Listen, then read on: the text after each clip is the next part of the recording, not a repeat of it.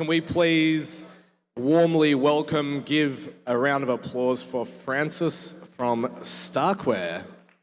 Sorry about that. No, all good. Hi, everyone. Alrighty. So I'm going to talk to you guys today a little bit about Starkware, a little bit about zero-knowledge proofs, and I'm actually going to get into a slightly convoluted, slightly technical talk. So I'm kind of going to tell you guys the end result of the talk before I actually go through it. So to start with, the end result of the talk is like stop trading runes on layer 1. Like, it's stupid. Simple as that. Like, it's dumb. It doesn't make any sense. We're going to get to why it doesn't make any sense and some of the potential solutions to that in the course of this talk. But we'll get there when we get there. So first of all, like, who is Starkware? Where did they come from? For those of you who are like somewhat involved in like the Bitcoin soft fork discussions, you've probably seen our name start to come up a little bit more frequently. We've been one of the groups which are championing OpCat, a proposal which brings expressive covenants to Bitcoin. And a lot of people know in the runes and ordinals community, like, if you get OpCat, amazing, now we have everything that we want. But I think a lot of people maybe don't understand what that actually is that we want. And one of those things is zero-knowledge proofs that we get from some of these soft forks, particularly CAT. So I want to talk to you guys a little bit about what zero-knowledge proofs are and where they come from to start. Can we go slide? Okay, so one more slide. One more slide. Okay, so how it started. So like, where did zero-knowledge proofs come from? In reality, zero-knowledge proofs came from just like many, many years of academic computer science. At Starkware, we have a lot of the original people from these papers that led to the zero-knowledge proofs that we have today. Our CEO and founder, Elie Ben-Sasson, is one of the kind of like founding fathers of zero-knowledge proofs, and he was actually the author of the original Stark paper. But then another important question in there is like, what actually is a zero-knowledge proof for? And that's actually, it's pretty simple. What a zero-knowledge proof does, or a validity proof, is it allows a very weak computer to monitor a very strong computer. So why might that be useful? Well, what is a Bitcoin full node? A Bitcoin full node is essentially a computer which is used to validate the entire Bitcoin network. So every single time a transaction happens across the Bitcoin network, your full node naively re-executes every single transaction as if like it's doing it itself. So obviously that doesn't scale super well, right? If we're trying to do billions of payments within that 10-minute block interval, and we want to keep the hardware necessity really, really low so that anyone can participate in the network, we're not going to be able to do that by just like re-executing every single transaction. So what a zero-knowledge proof allows you to do, just like basically, is take a big group of transactions, which have been performed by a very large supercomputer or something like that, and then just validate the integrity of the computation, and then execute on Bitcoin layer 1 as a result of that. Can we go slide? So in 2013, the founder of our company, Elie Ben-Sasson, actually went to the San Jose Bitcoin conference, and he said, hey guys, I have this really cool idea. We're never going to be able to scale Bitcoin block space without massively expanding it and kind of cutting out people who are then no longer able to validate the network if we're just continuing on this naive re-execution mantra. So instead, I want to sort of work on this like integrity computation, so like validity proofs, right? And he went to the Bitcoin core devs and he explained, we can solve the blockchain trilemma here. And then if we go to the next slide. One more. So yeah, and it got some really, really good feedback from some Bitcoin core devs, namely Greg Maxwell. If any of you guys, again, are familiar with Bitcoin core development, Greg Maxwell is like one of the biggest wizards that we have. He's one of the most prolific developers to Bitcoin. And he said, man, like these zero-knowledge proofs can provide quite a lot of value to the Bitcoin ecosystem. One, it can provide throughput. So as I said before, we can check many, many transactions at one time rather than having to re-execute each one of those. So we get more throughput from that. They can also give us privacy on layer 2s. Zero knowledge, right? Like, so that privacy is something that I think Bitcoiners generally are really interested in. And then the third thing, which I think maybe wasn't appreciated as much at the time, is you could actually embed other virtual machines into Bitcoin without adding that expressive code to Bitcoin. So for example, if you guys wanted to have Ethereum on top of Bitcoin or Solana's virtual machine on top of Bitcoin, Bitcoin would never actually allow you to integrate the code of Solana's virtual machine into Bitcoin. It would be a disaster, right? Like Bitcoin is not move fast and break things. If you move fast and break things by adding a bunch of new code to Bitcoin, we're a decentralized database run by like tens of thousands of nodes. So everyone would have to upgrade their software, and we would have what's called a stall and Nakamoto consensus, so like Bitcoin wouldn't work. So that's not the path that Bitcoin likes to scale on. Instead, we like to add sort of like incrementally small changes to Bitcoin, which will allow us to do a lot. So with the zero-knowledge proof, it's the smallest possible change that we can add to Bitcoin, which will allow us to verify like massive amounts of computation and essentially do whatever we want. Can we go to the next slide? Next one again. So Opcat is what allows us to do this. We're very close to it. In the past, when this like original sort of like presentation to the San Jose Bitcoin conference happened, we weren't really on the precipice of having soft forks in Bitcoin that would enable things like that. But we potentially are today. And honestly, we might not even need soft forks anymore. We have things like BitVM, which allows us to, it's called optimistically verify zero-knowledge proof. And we also at Starkware recently co-authored a paper on collision covenants.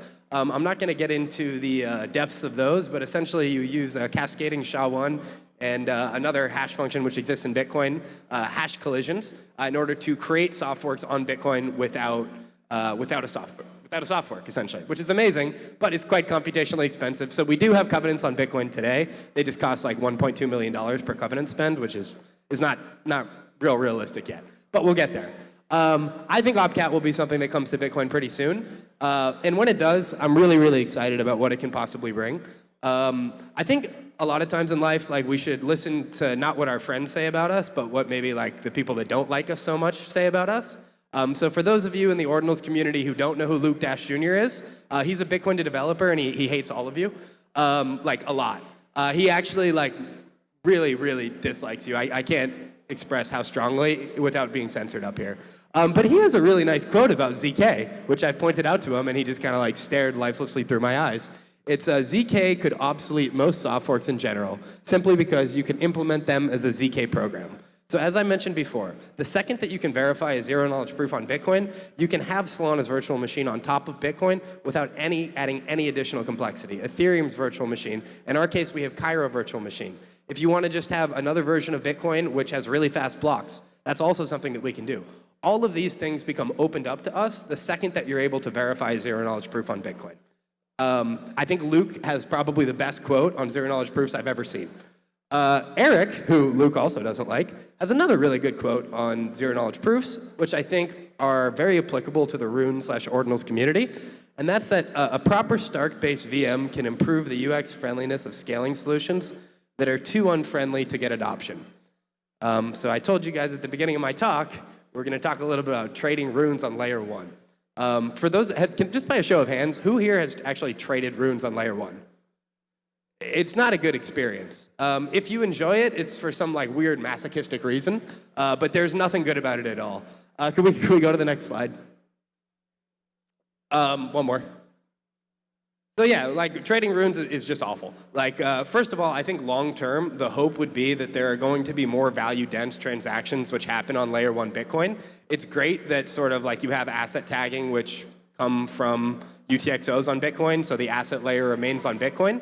But realistically, we probably shouldn't be trading our runes on layer 1 as the value of block space goes up. It just doesn't make sense. So I think as the cost or sat per vbyte increases, we'll naturally see people move to layer 2s. Additionally, 10-minute blocks are like an absolute disaster. I can give you an example. The other day, I was about to go travel, so I tried to go buy some runes. I bought some runes, I thought, at like 5 sats per vbyte. When I checked my computer the next day, I realized that there had been a 50-minute block, and then the sat per vbyte regime had gone up to like 150, and then someone had sniped me and stolen my runes, and the prices of what I had bought had like tripled. So I was pissed. And that's happened to me like 5 or 6 times. I'm sure it's happened to a lot of you. And that is not something that you can fix by like engineering Bitcoin in some way. Or like, it just does, we have 10-minute blocks. It doesn't work.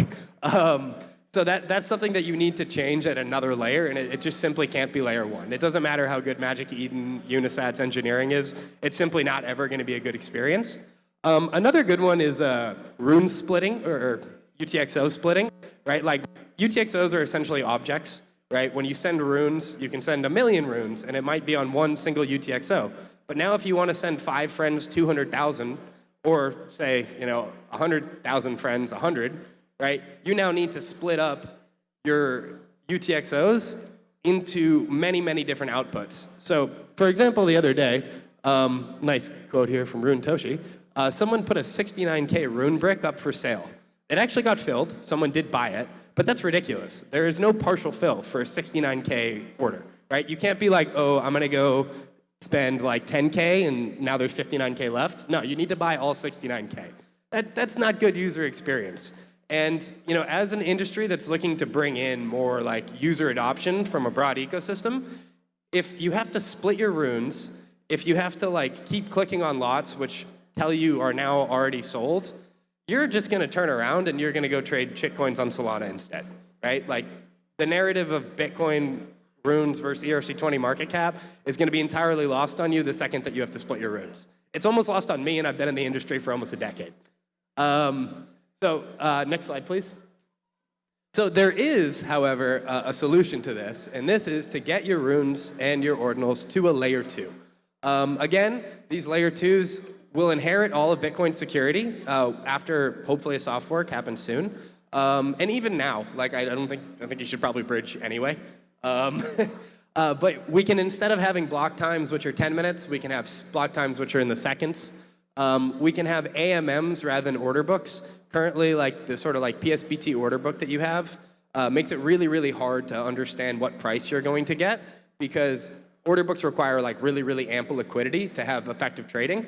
AMMs are much better for low liquidity items. Like you can essentially just type in how much you want to sell, and the equation will tell you exactly what you're going to get in like Bitcoin return. So there are some advantages in being able to have AMMs on layer 2, specifically for runes which are currently in this sort of like low liquidity era. You don't have to split your runes anymore. That's awesome. And with CAT, again, there's no native trust assumptions. So yeah, I think overall, we're moving in the right direction. Over the next couple years, I think we're going to see the ability to bridge your runes in a variety of ways. It'll start out centralized. For those of you who have heard of BitVM, I think there might be some announcements around a runes VM coming soon.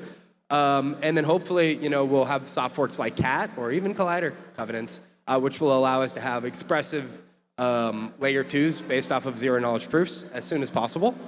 So yeah, that's pretty much all I have to say. Thank you everyone for coming. I'm really excited about the runes and ordinals ecosystem. Starkware is a big company, like by many stretches. I think we're going to be one of the largest companies to really take a big bet on runes and ordinals. Like, we view the people who hold runes and ordinals as being sort of your power Bitcoin users, the people that say, hey, I have Bitcoin and I'm willing to spend it and I'm willing to use it. Like, that's a signal to us of the new users that we want. We don't want the same users who've been living in Solana and buying like Hawk2a coin for the past 6 years. We want new users who are Bitcoiners. And I think that's what the runes and ordinals ecosystem represents. So thank you guys very much, and enjoy the rest of the conference.